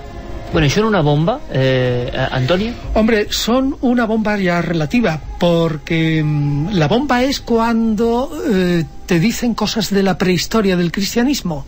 Aquí lo que pasa es que, reconstruyendo y estudiando mucho, la base de estos textos que están, como digo, en lengua copta, que son textos escritos, obras griegas, son aproximadamente entre el 150 y el 250. Ya habían pasado 120, 130 años, 200 años del cristianismo. Entonces, claro, la evolución del cristianismo tiene mucha importancia, pero no tanta cuando tocas los orígenes, como pasaba con los manuscritos del Mar Muerto, que tocaban los orígenes del cristianismo o los antecedentes. Ahora bien, si por una parte perdían interés porque no eran de los orígenes, por otra parte ganaban muchísimo porque eran los primeros documentos directos de una serie de evangelios y de una serie de textos que nosotros prácticamente no conocíamos de modo directo, sino solamente por sus críticas. Tú imagínate ahora que no conoces, por ejemplo, que se pierde absolutamente, pues qué te diría yo, todo el Código Da Vinci entero se pierde por una misteriosa catástrofe, y solo conoces el contenido del Código Da Vinci por las críticas que se ha hecho, por uno que hizo un resumen de un capítulo, otro de otro capítulo, por los palos que le dieron a Dan Brown, pero etcétera. No tienes el original. Pero no tienes el original, y resulta que encuentras el original. Y entonces, claro, nos encontramos con que esa rama importantísima de cristianos está allí, directo. Y además, evangelios. O textos, digamos, de los inicios del desarrollo también de los gnósticos, ¿no? ¿Cómo piensan a Dios? ¿Cómo piensan que se desarrolla de alguna manera la vida interna divina? ¿Cómo piensan que la divinidad pues ha creado el universo? ¿Qué hay entre el universo, digamos que nosotros lo podemos ver en las estrellas, y más arriba, imaginado pues como un montón de esferas arriba que está Dios, ¿no? ¿Quién hizo en realidad el universo? ¿Será el Dios que nosotros llamamos Dios, o será otro Dios secundario? Porque evidentemente el universo estará muy ordenado, pero también hay mucha cosa mala. Si hay mucha cosa mala, ¿cómo le voy a atribuir la creación del universo al Padre de todas las bondades? Pues a lo mejor se lo tengo que atribuir a otro, que naturalmente tiene que ser muy potente, pero será un Dios inferior. Pues eso también lo explican. Oye, Antonio, ¿y hasta el año 45 no se sabía nada de estos textos? Directamente no. Así que estos libros, en esos 13 libros, están copiados, tratados por dentro. Unos son de filosofía, como digo, otros son de, digamos, de especulación metafísica, de cómo es la vida divina. Otros son de propiamente cómo se crea el universo. Otros son de cómo se crea el ser humano. Y finalmente, otros son sobre Jesús. Si te parece, nos queda ese último fragmento de la biblioteca de Nag Hammadi, o por lo menos el que sé que va a volver a encender la pira de las emociones, inquietudes y preguntas, que es ¿qué dice esa biblioteca? Ni más ni menos que sobre las zonas más desconocidas o diferenciadoras de lo que sabemos de Jesús. Para eso habrá que esperar 7 días, Antonio, ¿te parece? Bueno, estupendo. Vamos allá. Un abrazo muy fuerte, Antonio. Igualmente, encantado. El tripulante de la nave de las músicas milenarias, nuestro compañero Nobel Calero, me dice, iba Oceanía de Miguel Oldfield. Exacto, Miguel Campoviejo, ¿no? Pero qué grande es Miguel Campoviejo, hay que decirlo. ¿Qué sonidos? Sonidos como para contar la historia de un fantasma, lo vais a entender, de carne y hueso. Sí, pero no creéis que es un fantasma, que decimos, ¿cuánto fantasma hay por el mundo? No. Esta foto, este fotograma, es realmente agónico. Es el grito del último mohicano, podemos decirlo, de las selvas. Bueno, la historia es fascinante, es como para escribir una novela y no acabar. Es que a nadie se le ocurriría una novela sobre un individuo así, ¿verdad? ¿Cuántas veces pasa eso, verdad? Y van a entender por qué digo esto. Su tribu fue envenenada con matarratas por los blancos. Toda la tribu. Eran como unas 100 personas las que formaban esta tribu, y para tener más terrenos, es en una zona de Brasil, una zona de la selva virgen del estado de Rondônia. Bueno, pues ahora hay muchos terratenientes que quieren ir ampliando sus tierras, tienen ganaderías, y entonces quieren que estas tribus dejen las tierras de sus antepasados, donde siempre han vivido. Entonces les dieron unos sacos de azúcar, diciéndoles que bueno, que era un regalo por cuidar de la selva, y lo que contenían de verdad era azúcar, pero con matarratas. Acabaron con muchísimos de ellos, a otros los dejaron gravemente heridos, y fíjate, como no se habían muerto del todo algunos, pues llevaron a unos tiroteos, o sea, a unos contratados, mercenarios, y los tirotearon a los que se habían quedado enfermos, pero solo sobrevivió uno. Queda un miembro de esa tribu, un miembro que además ha sido captado por unas cámaras de unos investigadores que sabían que quedaba uno de ellos porque había mucha leyenda. Le llamaban el indio del agujero. Se le llamaba por la zona así, creían que era una leyenda. Fueron en su búsqueda y lo encontraron. Hicieron como hacen con los animales. Nosotros que tenemos amigos que filman animales, como los compañeros de Explora Films, con Fernando González Siches, por ejemplo, sabemos que se ponen las cámaras escondidas entre las plantas y ahí se están largas horas hasta que esperan captar al animal, ¿no?, que van persiguiendo. Pues en este caso pusieron las cámaras por la zona donde había visto y captaron unas imágenes. Quien las pueda buscar en internet, de verdad que las busque, porque la única imagen que hay de este mohicano es tremenda. Parece un fantasma entre la maleza. Se han intentado acercar a él, pero tiene flechas y tiene tanto miedo a las personas blancas, que se acabaron por otra parte con todos los de su tribu, que les dispara, e incluso ha llegado a herir a alguno de ellos. No entiende ningún idioma en el que le hablaban, parece que no escucha. Dicen los investigadores que puede ser porque a lo mejor él tomó un poco de ese matarratas y le ha dejado sordo. Parece que no habla tampoco. Solo construye una serie de cabañas que va dejando por toda la selva, con un agujero en medio de unos 3 metros que nadie sabe por qué es. Es un misterio, Iker, es una historia extrañísima y además apasionante. El indio del agujero, fíjate.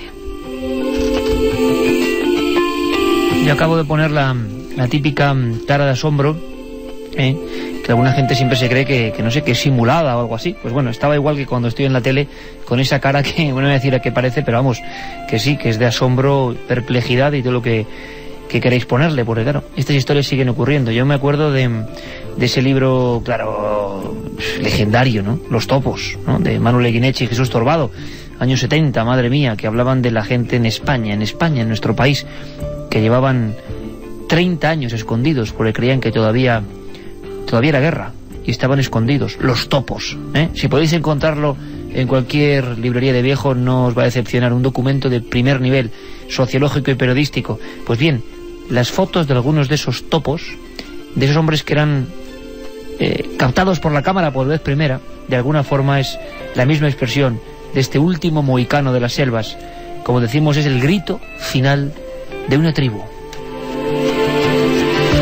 Bueno, y cara de susto, ahora que hablas de esas caras que pones tú en el programa, también pusieron unos médicos, porque fíjate, esto sí que parece también de ciencia ficción. Tenía las venas llenas de sangre verde.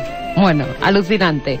Además decía, una pareja de cirujanos canadienses estaban insertando un catéter en el brazo de un paciente cuando al atravesar la piel comenzó a salir sangre de un intenso color verdoso. Claro, se quedaron perplejos los médicos, pero enseguida se dieron cuenta que tenía una rara enfermedad llamada sulfohemoglobinemia. Sí, que se entiende por lo de sulfuro y sangre, claro, o sea que ¿qué pasa? Eso es un trastorno que hace cambiar la coloración de la sangre. Sangre verde. El color verde se produce cuando un átomo de azufre suplanta los glóbulos rojos al entrar en una molécula de hemoglobina. ¿Y era la sangre verde? Verde, como si fuera de un extraterrestre, como muchas películas de extraterrestres que vemos que cuando les disparas sale sangre verde, pues sangre verde. Con lo cual, lo de siempre, ¿no? La realidad, la más compleja de las ficciones.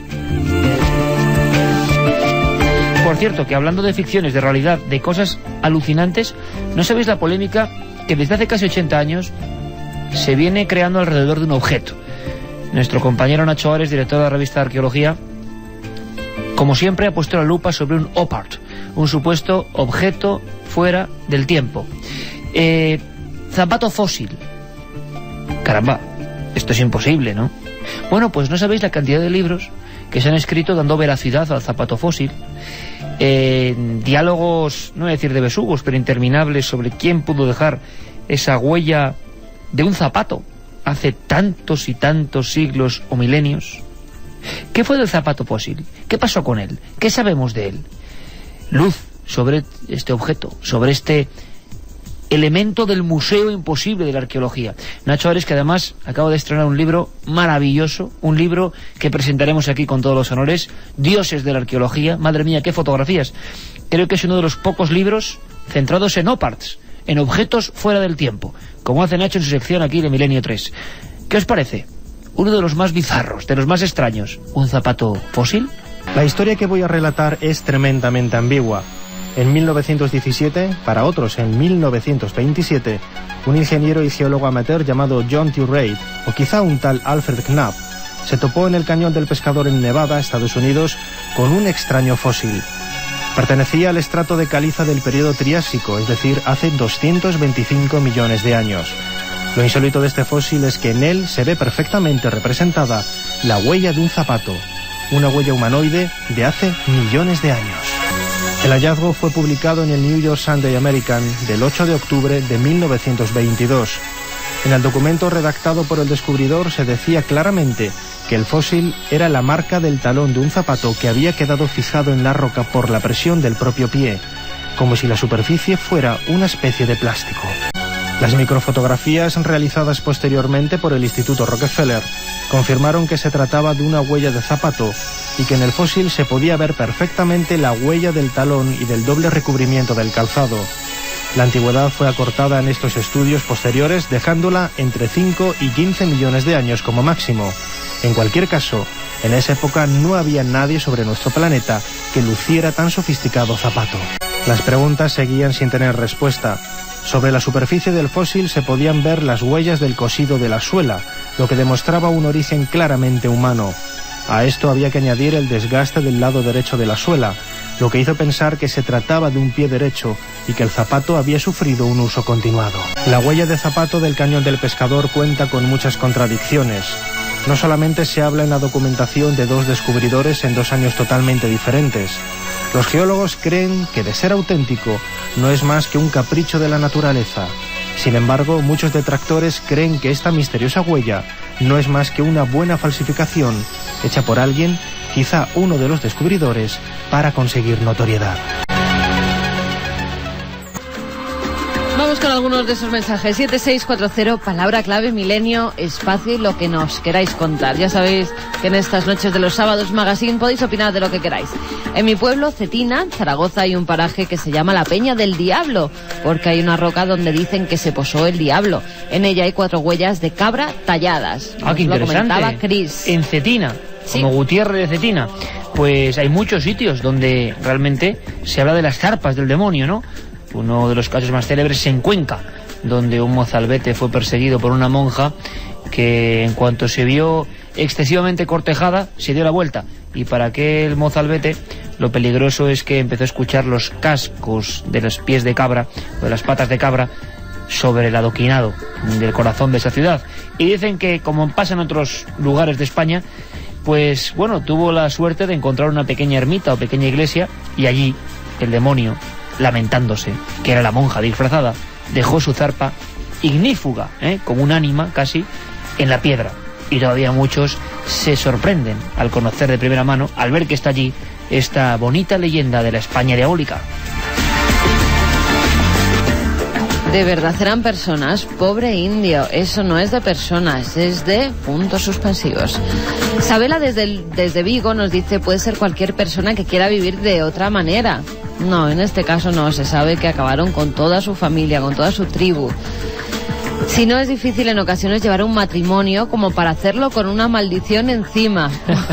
Muchas gracias por quedaros firmando. Bueno, sois encantadores. Como ha dicho Carmen Fabio Junco desde Argentina, los portavoces de los que serían descendientes de las tribus de los Ona, los que hicieron la famosa maldición, renuncian a ella, hay que dejarlo claro. Dicen que ellos no contemplan la maldición, pero bueno, esa es la leyenda urbana, o la leyenda patagónica en este caso. No nos extraña que haya maldiciones de aquellos pobres indígenas de los diferentes países que han sido colonizados, con la cantidad de atrocidades que se hicieron. También nos dicen, por favor, Carmen, bueno, de eso podríamos hablar en alguna ocasión, porque atrocidades en la historia han hecho todos. Mi opinión, claro. La página web donde se ve a ese mohicano gritando. Suerte a los dos, que os conocía en Colmenar Viejo, en lo de los perros. No he dicho la página web, pero vamos, la digo. etniasdecolombia.org. Ahí pueden ver la fotografía. etniasdecolombia.org. Esa es la foto del mohicano. Ah, vale. Eso es. Que lo verán ahí entre las matas y verán el ojo, la boca, la nariz, ya verás, una fotografía fantasmal. Los animales están para darnos cuenta de lo animales que son algunos humanos, entre comillas. Sí. Si pudieran hablar de nosotros, nos dice Paquito. Pues madre mía, lo que dirían algunos. Dori de Sevilla dice, no pertenezco a ninguna organización protectora, pero mi casa lo parece, tengo muchos recogidos, no los abandonéis, animales, que ellos no lo harían. Pues está clarísimo, y eso es ejercer con espíritu noble y milenario, y lo aplaudimos desde aquí, amiga. En Cáceres también apareció en las cuevas de Maltravieso, en plena ciudad, un cráneo trepanado del Neolítico. Se sabe que este hombre sobrevivió. Qué interesante, y me estoy acordando de cuevas, claro, sin pasar por la cueva de los Tallos, pero en América, nuestros amigos de América y los de Perú recordarán la historia de la Chincana Grande, allí en Cuzco, una especie de kilométrica cueva donde había todo tipo de objetos de oro macizo, ni más ni menos. Que enviamos un fuerte abrazo a los amigos de Milenarios TK, que dice que han cumplido su sueño de conocernos, y bien de fotografías que han hecho, Hombre, a ver cuándo las ponen en la web. Parecían los reporteros de Lola y nosotros posando ahí, venga fotos y venga de fotos, Así que nada, un abrazo a esos queridos amigos de Milenarios. Comencé este año a estudiar filosofía a raíz de las dudas que me planteaba vuestro programa. Las intervenciones de Santiago siempre son, y ahí se corta el mensaje, me imagino que seguiría, magníficas, doctrinales, eso es como hacía Rasputín, decíamos ayer, ¿no?, con Alejandro Vallejo Nájera, que cortaba las frases repentinamente. Pues de verdad que si hemos servido, amiga es, ¿no? Amigo, si hemos servido para poner un poco de inquietud filosófica y que vayas por ese camino, pues ¿qué más se puede pedir, ¿no?, en nuestro caso? Por cierto, filosóficamente, ¿qué interpretaríais de lo que está pasando con algunos militares chilenos? Vais a escuchar una voz que, en fin, no es cualquier cosa, y nos la trae el gran amigo Roberto Bruna, que siempre le ponen una música a la mar de inquietante a los reportajes que vienen de Chile. Un país lleno de misterio. Bueno, yo os he hablado en alguna ocasión, por supuesto, del caso Armando Valdés Garrido, ¿verdad? El Cabo Valdés. Vais a escuchar su voz de nuevo, pero además sus últimas declaraciones. Pero es que además están pasando más cosas. Foo Fighters, bolas de fuego. Bolas que parece que actúan con una inteligencia propia. Pero claro, cuando esto está siendo investigado ahora mismo, estas mismas noches, por el ejército chileno, cuando están pasando ahora estas noches y están grabando o filmando en no secreto total, porque se está conociendo, se está filtrando información, es que algo debe estar ocurriendo. En algunos desolados parajes, controlados por la Fuerza Aérea Chilena, están pasando cosas. ¿Queréis conocerlas? Última hora. Roberto Bruna, Chile. Ocurre de un tiempo a esta parte en una remota estancia cordillerana del ejército de Chile al interior de Aysén, en la zona sur del país. Es algo extrañísimo. Los efectivos despiertan alarmados por los ladridos enardecidos de los perros, mientras que los uniformados que están de guardia, demudados, son testigos de cómo dos incandescentes bolas de aproximadamente 1 metro de diámetro revolotean frenéticas y silenciosas entre las cabañas, detrás del espeso follaje de los árboles, como dos niños que juegan a pillarse. Un hecho inédito que, por cuestiones de protocolo y seguridad, ya se encuentran indagando los investigadores del ejército, según dijo el sociólogo y director de la Asociación de Investigaciones Omniológicas de Chile, Rodrigo Fuenzalida, quien trabaja con los uniformados. Apariciones continuas que comienzan en el mes de marzo y terminan en el mes de octubre, y con apariciones que a veces son entre 1 a 2 semanales y con carácter de encuentro cercano, es decir, no son apariciones de objetos a gran distancia, sino objetos que se aproximan directamente a los puntos de referencia donde están justamente algunas familias haciendo soberanía, etcétera. El ejército de Chile ha analizado todo tipo de teorías conducentes a explicarse racionalmente este fenómeno y mitigar así el desconcierto de los efectivos que de tanto en tanto ven aparecer estas bolas luminosas denominadas Foo Fighters. Esta institución, al igual que la Fuerza Aérea de Chile, se sumó al reducido grupo de fuerzas armadas que alrededor del mundo se atrevieron a abrirse al tema, sin complejos, sin sesgos de ningún tipo, para lo que ya han solicitado colaboración a científicos y especialistas de varias entidades, tanto públicas como privadas. Oficiales de ejército activos y en retiro han asistido a conferencias previa autorización de sus superiores para relatar extraños avistamientos de objetos voladores no identificados. Esto permitió reflotar uno de los casos más fascinantes de los que tenga memoria la omniología mundial. Esto es más o menos así. A las 3:30 horas del 25 de abril de 1977, una patrulla militar compuesta por 8 efectivos recorre un valle altiplánico cercano a la frontera con Bolivia. En un minuto de descanso, alrededor de una reconfortante fogata, en medio del frío, de la puna y el silencio, los militares ven descender una luz blanquecina que se hace tan potente como para iluminar el valle. Un cabo de nombre Armando Valdés Garrido deja su posición de tiro y avanza hasta perderse en la luz. Sus compañeros, aún presas del terror, lo ven retornar unos minutos más tarde. Lo extraño es que el cabo Valdés luce una mullida barba de 5 días y su reloj se encuentra adelantado exactamente por idéntico lapso. No saben de dónde venimos, repite una y otra vez. El cabo Valdés, como le dicen hasta hoy, casi no hablaba del tema, un hermetismo que no se dio, ni aún después de pasar a retiro.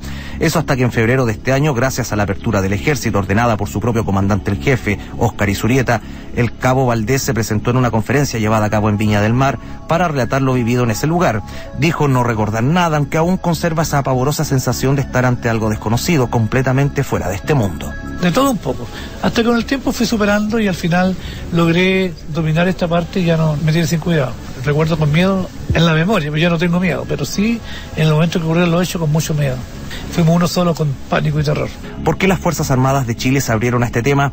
La respuesta la entrega Rodrigo Fuenzalida. Hay cierto tipo de fenómenos que se están tomando con altura de mira, en un ribete de que debe ser esto investigado por la ciencia. Entonces, se reconoce la existencia del fenómeno porque son instancias que están aconteciendo que deben tener algún tipo de explicación. A comienzos de mayo se vivió otro suceso que involucró a efectivos de las Fuerzas Armadas y de Orden. Ocurrió en el balneario de Algarrobo, a unos 40 kilómetros al sur de Valparaíso. Ahí Carabineros pudo grabar la aparición de una potente luz en horas de la noche, vista y reportada simultáneamente por decenas de testigos desde diversos puntos de la zona. Sus movimientos eran muy veloces y sinuosos, movimientos que no puede realizar una nave aérea conocida por el hombre. Al menos para las Fuerzas Armadas de Chile, las estrellas no pueden desprenderse del firmamento. Algo extraño hay allá afuera, sin duda. Como siempre, crónica grande de Roberto Bruna, desde ese país de las maravillas, desde el país que va de la Patagonia a los desiertos abrasados de Atacama, con el robot de Atacama ahí vigilante del cielo desde los últimos milenios, o la isla de Pascua, buen punto intermedio. ¿Qué está pasando en Chile? Recordáis que en Cuarto Milenio, si compartáis ambas naves del misterio, pusimos filmaciones, algunas muy extrañas, obtenidas por los militares. Algo está pasando, algo está pasando y estaremos muy atentos. Como algo pasa en los mares. Es que puede ser lo que estoy viendo, la foto de ese tiburón de 8 metros. Por favor, hacer un cálculo, pensadlo, 8 metros. 8 metros, pues tú imagínate cómo se quedaron los pescadores del barco de arrastre Bentimar de Denia cuando salieron el pasado lunes en búsqueda de bacaladilla. Fueron a pescar como todos los días y cuando vuelven hacia puerto se encuentran en las redes este ejemplar. 8 metros. Lo llevan hasta la cofradía de pescadores de Denia. Además tienen que coger, claro, una grúa para poder devolver el tiburón al mar porque seguía con vida y este tiburón no es peligroso. Se alimenta de plancton. Sí, pero claro, es peligroso, pero va con esa boca, esas fauces, aunque no tenga muchos dientes, y te traga, ¿y qué? No creo que te trague. Se trata de una especie además en extinción, Iker. Y, bueno, es broma, Y está en alta mar, con lo cual es muy difícil que tú estés nadando en alta mar y venga un tiburón y te trague. Es muy difícil. Puede ocurrir. 8 metros. 8 metros son 8 metros. Pero es herbívoro. Dicen además los especialistas que no existe ningún peligro para el hombre. O sea, come cositas tan pequeñas como el plancton, ¿no? Eso es. Bueno saberlo, pero claro, cuando la gente dice, hemos visto un gran tiburón, nada, leyendas, mitos, de mitos nada. Lo que hay mitos, fíjate, esto sé que es un tema que le gusta mucho a Santi Camacho, que casi va a ser colofón. Y luego quiero contaros un par de cosas porque preguntan por algunas músicas que metemos en Milenio y quiero comentar un par de detalles. Oye, está empeñado Santiago en su despacho aquí en las catacumbas, envuelto en papeles, en dosieres que solo él controla, navegando por el Google ahí, buscando puntos de la Área 51, y me dice, voy a hablar de fraudes de la ciencia. De que la ciencia también hay mucho mentiroso. Hombre, pues sí, y también mucho sabio, y mucho científico auténtico. Científico, vais a tener buena muestra en Cuarto Milenio de científicos auténticos, abiertos, pero hay otros que han mentido. Pero vaya mentiras, Pero de esto nunca se habla. Mentiras de la ciencia. Santi Camacho.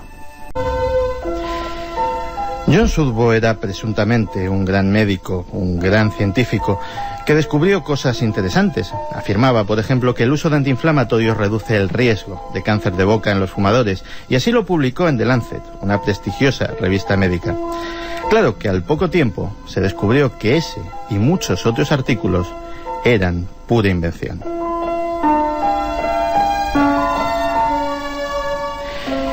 En otro artículo, publicado en 2005 por una revista médica prestigiosa, se demostró que un altísimo tanto por ciento de las investigaciones clínicas más citadas en los últimos 15 años habían sido refutadas, y no por ser erróneas, sino por ser falsas.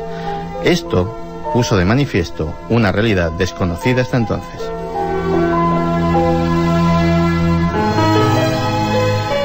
Los ambientes académicos cada vez están más preocupados por el fraude científico. En todos los ámbitos, todos los años, se falsifican investigaciones científicas cuyos resultados son directamente fraudulentos o, peor aún, se plasman en artículos científicos presuntos experimentos que nunca han tenido lugar más allá del papel.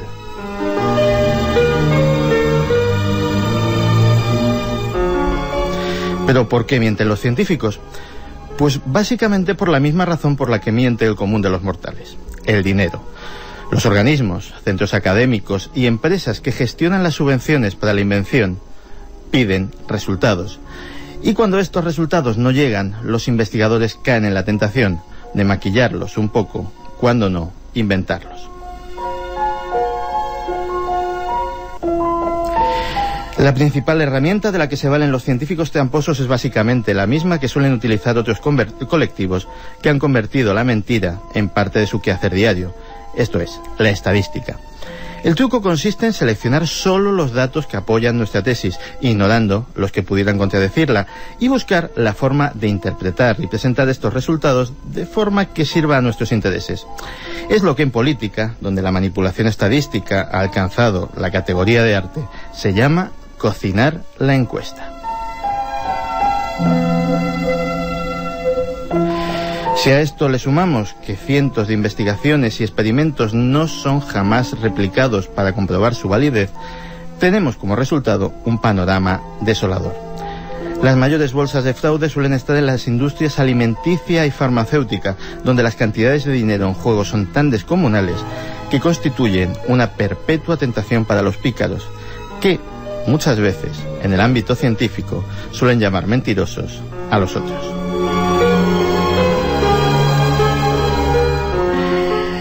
Y es que en el mundo paranormal muchas veces se nos ha acusado de fraude, pero estos mal llamados escépticos, visto lo visto, a veces ponen más empeño en ver la paja en el ojo ajeno y no la viga en el propio. Pues aunque no está Alberto Granados, vaya cómo estaba Santi, madre mía, fraudes de la ciencia. Este Santi cuando se cabrea a su manera. Recibimos ahora mismo mensajes maravillosos, ¿no? De amigos invidentes, por ejemplo. Sí, Vayan Julio, venido muchos a la desde el feria. puerto de Santa María nos Qué abrazo escribía. más grande, ¿no? Si podemos poner un poquito de luz, porque ellos tienen mucha luz, puede que nos puede pasar a cualquiera, pues por ciertas cosas uno pues no tiene la visión bien, pero luz interior, vaya si tenéis. Lo habéis demostrado hoy en la Feria del Libro, un montón de amigos invidentes, madre mía, no sé, que nos emociona mucho. Vamos a leerlo rápido, pero fíjate, es que preguntan mucho por dos músicas. Una, la de Nacho Ares. Sí, la del zapato nos decían. ¿Qué música habéis puesto cuando lo del zapato? Pues fíjate, pues en el homenaje de Jimena del Oso estaba Michael Huguen, y me decían en una cena que tuvimos, mi querido Nacho Ares decía, pues Michael Huguen estaba emocionado porque sonase la música, que además era de una serie de Jimena del Oso, mítica de arqueología, que se llamaba Olim. Esto que escucháis. Tremendo, mítico. Y tengo que mandar un abrazo muy grande porque de verdad que es tremendo al amigo Pablo de París, que vivía en París, ahora vive en Londres. Sí, ahora vive en Londres. Nos trajo un disco, amigos, que así ya respondo a la gran pregunta que siempre me hacen, un disco de vinilo inencontrable llamado China, 1980, se editó China, de Vangelis. La tercera canción se llama El Dragón. ¿Sabéis cuál es? Esta. Pues eso, que dos respuestas y unas musicales enormes linternas para las investigaciones. Sí. Mil gracias, Pablo. Julio nos escribía desde el puerto de Santa María, nos decía, soy un chico invidente y me hacéis vivir intensamente la radio. Es como si la viera, ya que lo contáis con tanto lujo que parece que no nos demos cuenta que somos ciegos. Pues es tan bonito que parece como si lo viéramos, en realidad, y al mismo tiempo lo viéramos, ya que vosotros sois como mis lazarillos, nos dais con vuestras voces los ojos para ver lo que estáis contando. No pues cambiéis, verdad, Julio. Pues haría que yo y otros como yo nos quitáramos los ojos. No, Julio, de verdad que es maravilloso lo que nos escribes, que nos da muchísima fuerza, y que yo creo que tu mensaje resume el de todos, ¿no? El de los cientos de mensajes que hemos recibido esta noche, de gente que ha estado con nosotros ahí en la Feria del Libro, firmando en un banco de noche, porque no nos dejaban seguir. Gente que está de vuelta en los autobuses, David y Carmen, que volvían a Valladolid, Jesús desde Albacete, Miguel Ángel, su familia, Francisco, Aitor, que iba en la barriguita de su mamá, bueno, tantísima gente que nos ha dado su cariño. Mil gracias. Pues mil gracias porque hay que decir que en este mundo no es fácil encontrarse con tanto cariño, y que solo muy de vez en cuando, un par de veces al año, podemos hacerlo. Gracias de todo corazón, de todo el equipo. Mañana nos vemos en Cuarto Milenio. Visita, vaya visita, Gabriel Amort, el exorcista del Vaticano, por vez primera en España. Hasta mañana.